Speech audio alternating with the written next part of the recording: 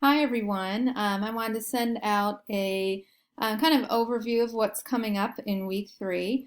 First of all, I want to say that you have all picked really interesting topics. You've done a great job of choosing a topic from digital minimalism and explaining why you chose that topic in your infographic. So as we go forward this week is really all about learning more about your topic.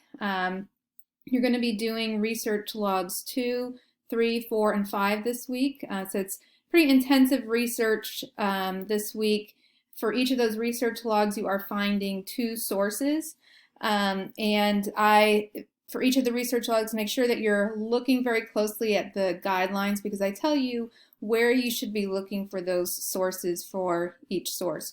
You do not need to use Newport's notes anymore to find a source. We just used his notes to get the ball rolling and to find our first source. So from now on, you'll be looking in different places for those sources. I'm going to go ahead and click on week 3 here. And I want to say that as you get going on your research, try to think of each of your sources as a kind of puzzle piece in the overall in your overall topic. So you're probably not going to find sources that all say exactly what you want on your subject, and that's actually a good thing. What you want to do is you want to try to find sources that are unique and that they come at your topic from different angles, so that you're not finding sources that are repeating each other, but that are each saying something interesting and offering a unique perspective on your topic. So I just want to emphasize, don't get frustrated if your sources are not saying exactly what you want. They are a piece of the overall puzzle. So what you'll be doing on Monday is, first of all, you'll have a peer response. You'll do a peer response to Research Log 1.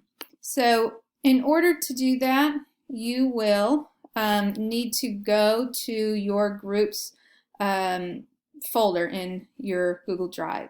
Okay, so what you're focusing on is the summaries and the editor's commentary for this.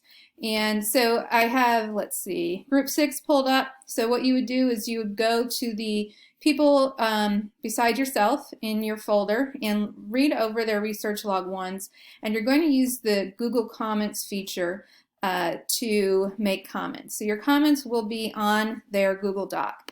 If you have never used Google Comments before, it is very simple. So what you would do, I just have this sample here. Let's say that I wanted to say something about this title. Whatever you want to comment on, you highlight, and then you can see this little button here. You add a comment, whatever you want to say.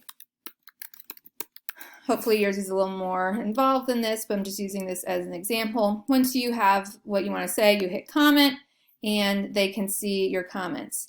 If you get to somebody's document and your other group member has already commented, you can add comments to those if you'd like. You agree or disagree with them, etc. Okay, so what you're focusing on is the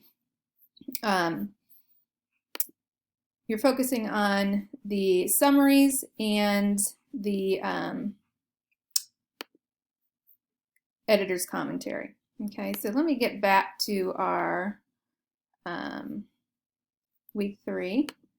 Another thing that I want to point out about the research logs is that you will just add to the research log document that you have already set up.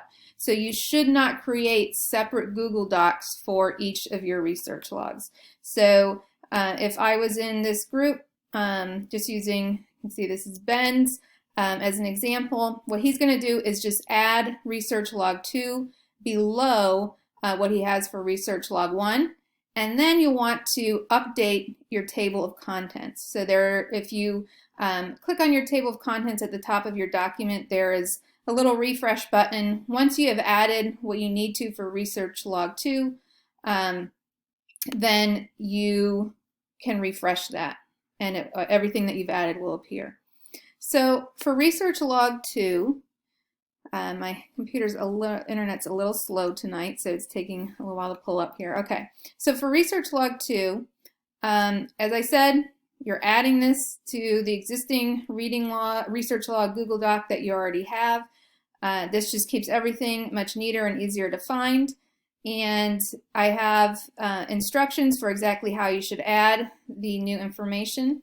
But you're going to use Google Scholar to find 2 sources that contribute in some way to your guiding question. So if you think that they're applicable to your source, to your topic, and you can explain why, then you can go ahead and use them.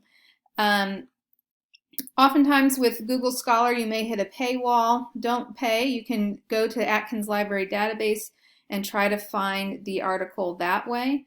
Oftentimes you'll see if you're logged into your UNCC Google account, it will often just direct you to Atkins Library to access the source. So if you look oftentimes in the right-hand column, it will say get it at Atkins. So there are specific instructions for how to add the headings for these 2 new sources that you find. You're going to address each of them separately.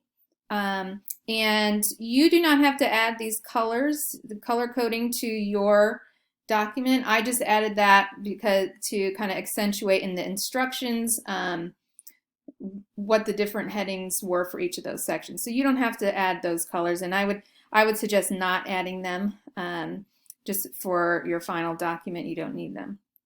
So let's see.